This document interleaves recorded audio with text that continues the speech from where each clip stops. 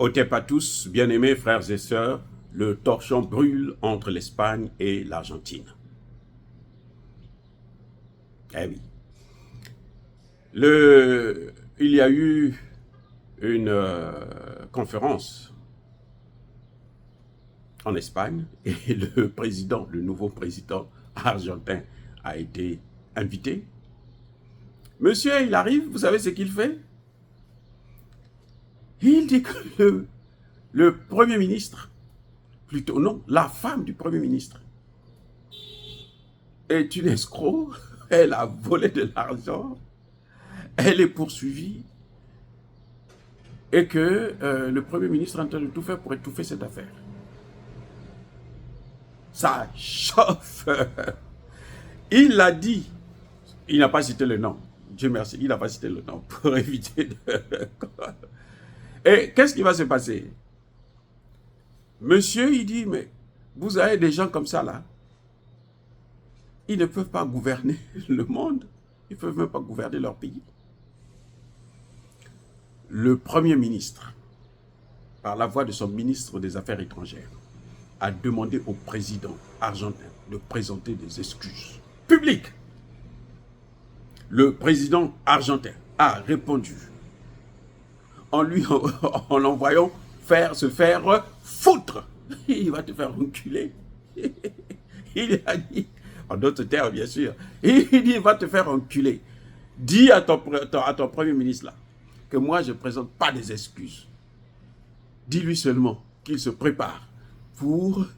Il n'a qu'à déjà choisir les avocats qui cherchent l'argent pour payer les avocats qui vont plaider pour sa femme. Ah, c'est chaud. Vous savez quoi? L'Espagne tout de suite a rappelé son ambassadeur. Il revient. Donc, c'est-à-dire que rappel, hein, c'est pas convoqué. Non, pour venir parler avec lui, non. Il dit revenez, on suspend les relations diplomatiques.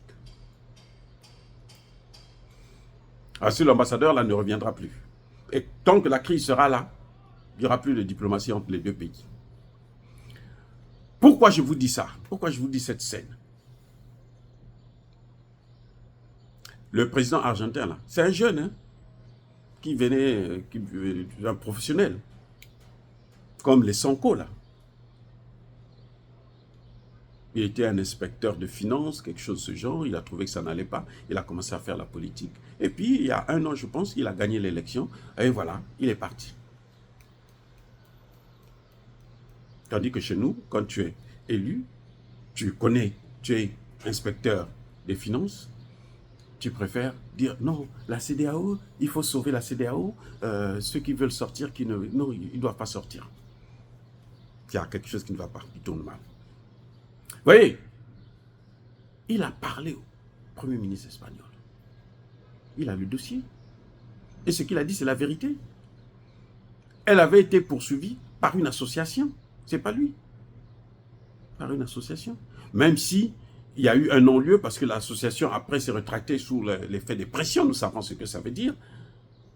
On a fait tellement de pression. Ils disent, ah, nous, on s'est contenté des informations de la presse écrite et tout. Donc, on retire la plainte. Mais c'est trop tard, c'est déjà parti. On sait déjà que non, la dame est mouyibi. Mouyibi, ça veut dire voleuse. Alors, ça montre d'abord que l'Europe est en déclin. Ces pays européens, ils ne sont rien du tout. Nous avons peur d'eux pour rien. Voilà le message que c'est pour ça que je vous parle de cette affaire. Le gars, c'est vrai qu'il est de la droite, l'extrême droite, mais ça, c'est pas notre problème. Mais je veux dire que il faut apprendre à dire aux gens les choses qu'ils doivent connaître et entendre pour qu'ils vous respectent. Il a refusé des excuses. Si c'était Tshisekedi, il aurait fait des excuses. Regardez, Tshisekedi est en train de se battre pour avoir les faveurs de la France, des États-Unis, de l'Union européenne. Alors que c'est lui qui a les matières premières. Vous voyez, c'est-à-dire que lui, il a l'œuf dans ses mains. C'est lui qui est là. S'il fait tomber ça, ça se casse. et ils vont perdre tous. Faire tomber, ça veut dire qu'il prend ça, il donne aux Chinois, il donne aux Russes. Et eux, ils sont là derrière en train de l'attendre. Et lui, il s'agenouille devant eux.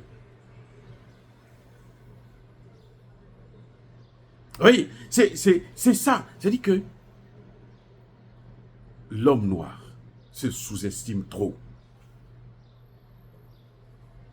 Nous devrons apprendre nos responsabilités, permettez la tautologie. On ne peut pas continuer à se laisser taper, alors que c'est nous qui avions justement la matière première. Regardez comment ça se passe avec Kagame. Mais l'armée congolaise, c'est la 8e armée d'Afrique. 8e.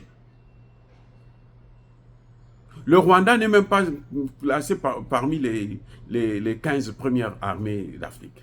Le Rwanda que vous voyez là. Vous allez me dire que le Rwanda est soutenu par les États-Unis. Ok, oui, très bien.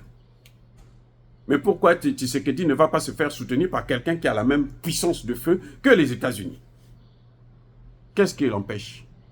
Pourquoi Tshisekedi court vers les États-Unis, dit enculez-moi, comme ça, vous allez prendre des matières premières via le Rwanda? C'est ce qui est en train de se passer. C'est ça qui est en train de se passer là, les gars. Tshisekedi veut que les Français, les Européens, les Américains puissent le soutenir dans sa guerre contre le Rwanda. Alors que lui, il y a des gens qui sont là, qui ont ouvert les bras. Viens, venez à moi. Apportez-moi vos fardeaux, je vais vous alléger. C'est ce que le Mali a fait, c'est ce que le Burkina Faso a fait, c'est ce que le Niger a fait. C'est ce que le Tchad est en train de faire. S'il n'y avait pas les Russes, Kaka Deligui n'allait même pas organiser les élections. Il n'allait même pas organiser les élections. Il a pu les organiser parce qu'il y a eu les Russes. Combien? 130 seulement. Pourquoi? Parce qu'il a le renseignement. Il a l'armée, mais il faut qu'il ait le renseignement. Et c'est ce que nous demandons à Tshisekedi. Il va prendre le renseignement israélien. Soit disant que le peuple, si tu bénis le peuple béni, et alors tu seras béni. Le peuple béni, c'est celui-là. Mais le Congo est béni. Le Congo est béni. L'Afrique est bénie. Non. Le peuple béni, là, ce sont les Africains. Nous sommes bénis. C'est pour ça que Dieu nous a tout donné. Et eux, ils viennent prendre. Et ils ont commencé à prendre ça. Ça fait maintenant près de 2000 ans. C'est jamais fini. Au contraire, on fait qu'en découvrir d'autres. On est bénis. Ils veulent maintenant carrément faire le grand remplacement. Vous voyez, la Nouvelle-Calédonie, pourquoi les Français ne veulent pas lâcher? C'est juste parce qu'ils veulent l'espace maritime. Ils veulent le nickel. C'est le contrôle de ça. C'est tout, hein? L'espace maritime, le nickel. Mais nos frères, moi j'ai confiance, parce que nous avons toujours la victoire, au final. Ça peut durer le temps que ça va durer, on aura toujours la finale, la victoire. Oh, bien aimés frères et sœurs. Donc, vous voyez, nos dirigeants doivent apprendre à se faire respecter. Oui, l'Argentine ne fait pas partie de l'Union européenne. L'Espagne fait partie de l'Union européenne. Vous avez affaire à l'Espagne, vous avez affaire à l'Union européenne. Pour son respect, le président argentin a dit, c'est la vérité ce que j'ai dit, je ne présente pas des excuses, je vais te faire enculer, je vais te faire voir. Et il n'y a rien qui est arrivé. Ils ont retiré leur ambassadeur. On s'en fout. Et après tout,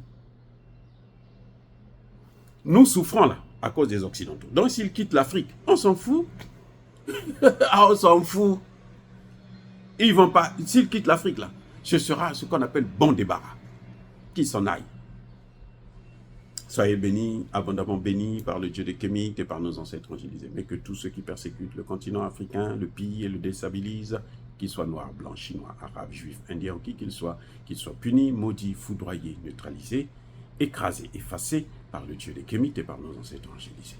Vive l'Afrique éternelle. Je dis et j'assume.